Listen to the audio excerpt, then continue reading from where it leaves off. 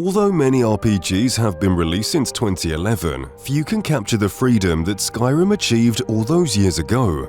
However, some games have come closer than others, and today we're going to be taking a look at the 7 best open-world games like Skyrim. Let's get into it. Number 1. Isles of Adalar. Isles of Adalar is as interesting as it is tragic. Back at the start of this year, when this channel was barely enough to utter a few words, we made a video about this game and described it as a potential true successor to Skyrim. That's because while other open-world fantasy RPGs focus more on combat or story, Skyrim's true magic was its exploration and interactivity.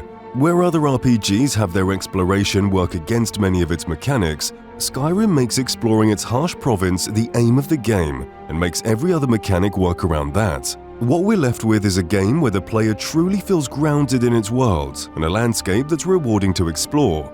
After playing Isles of Adalar, you can see that exploration is the game's strongest feature. From the biomes to the art style, Isles of Adalar feels like a world that embraces its fantasy, and what we're left with is a weird and fascinating world that players want to explore. Along with its world, Isles of Adalar had the foundations of a combat system that had the potential to be deep and intricate, while still making sense, and a surprisingly deep dialogue system, with things like your race playing a role in how you interact with other NPCs. All this showed us the skeleton of potentially one of the best successors to Skyrim we were gonna get. But this strength also turned out to be the Isles of Adalar's greatest weaknesses. Despite how engrossing this game is, even in its unfinished state, many players were concerned that the developers were flying a little too close to the sun. And unfortunately, they turned out to be right. A month after our video was released, Kevin Nelson made a community post on behalf of his company and Isles of Adalar, saying that his partner stepped away from the project. With the game's development falling entirely on Nelson, he decided to shelve the game for the time being and focus his efforts on a new, smaller game.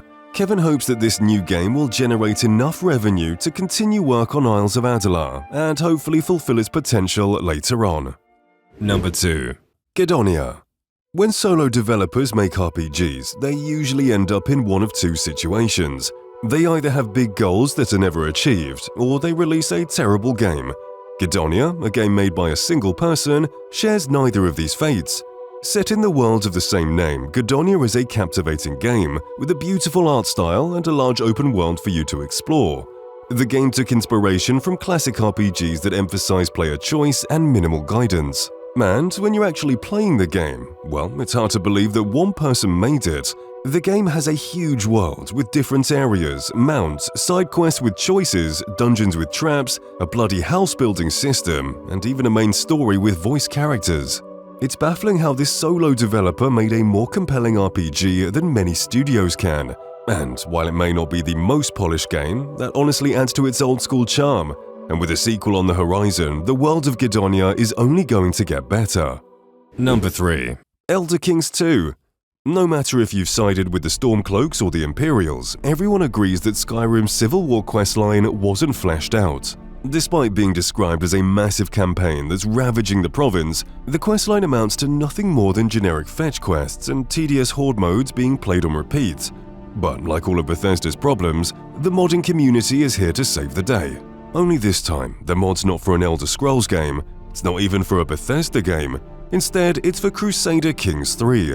Of course, I'm talking about the incredible Elder Kings 2. I know what you're thinking, this isn't an open-world game, and to that I say, how can it not be, when you have the entire continent of Tamriel at your fingertips? Another total conversion mod, Elder Kings 2 brings all the strategy, depth, and scale of Crusader Kings into the Elder Scrolls. Like Chronicles of Matana, labeling Elder Kings 2 as nothing more than a mod is a little insulting.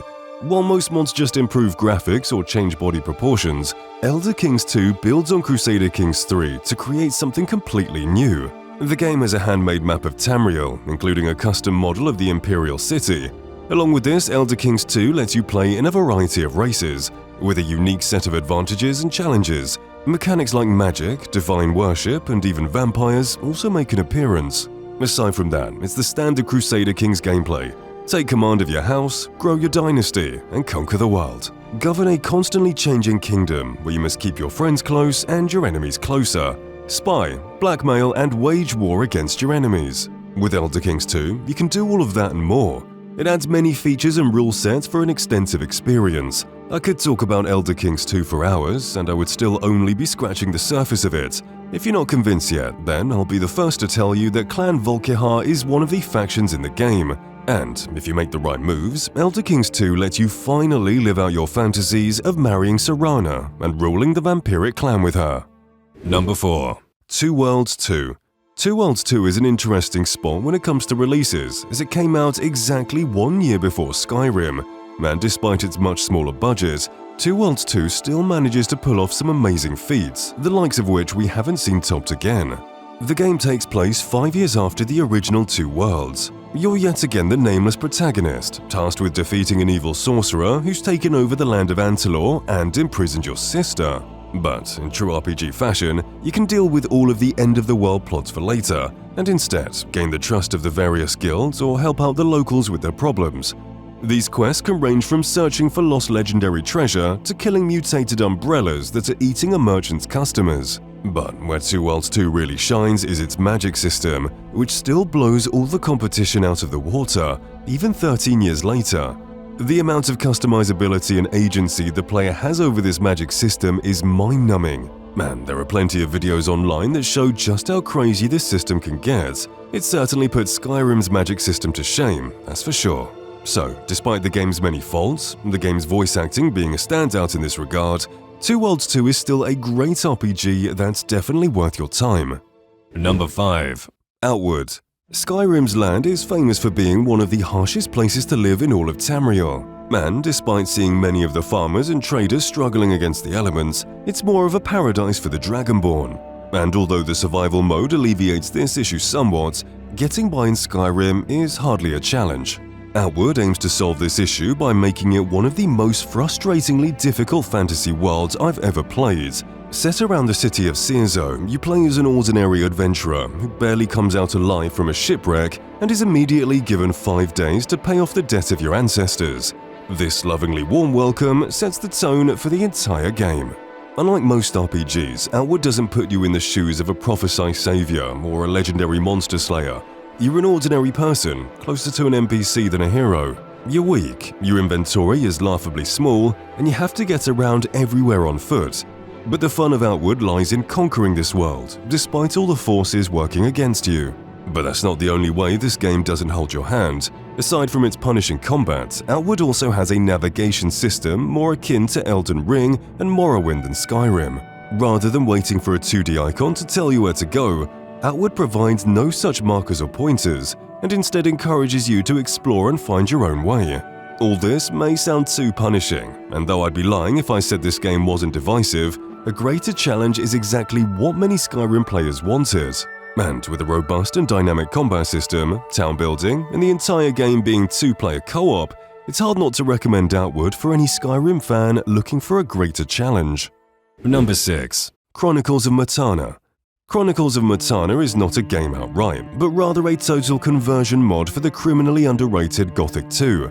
However, when you consider the scale of this mod in terms of the changes it makes and the new features it adds, Chronicles of Matana is better represented as a full-fledged spin-off to Gothic 2 that was 20 years in the making.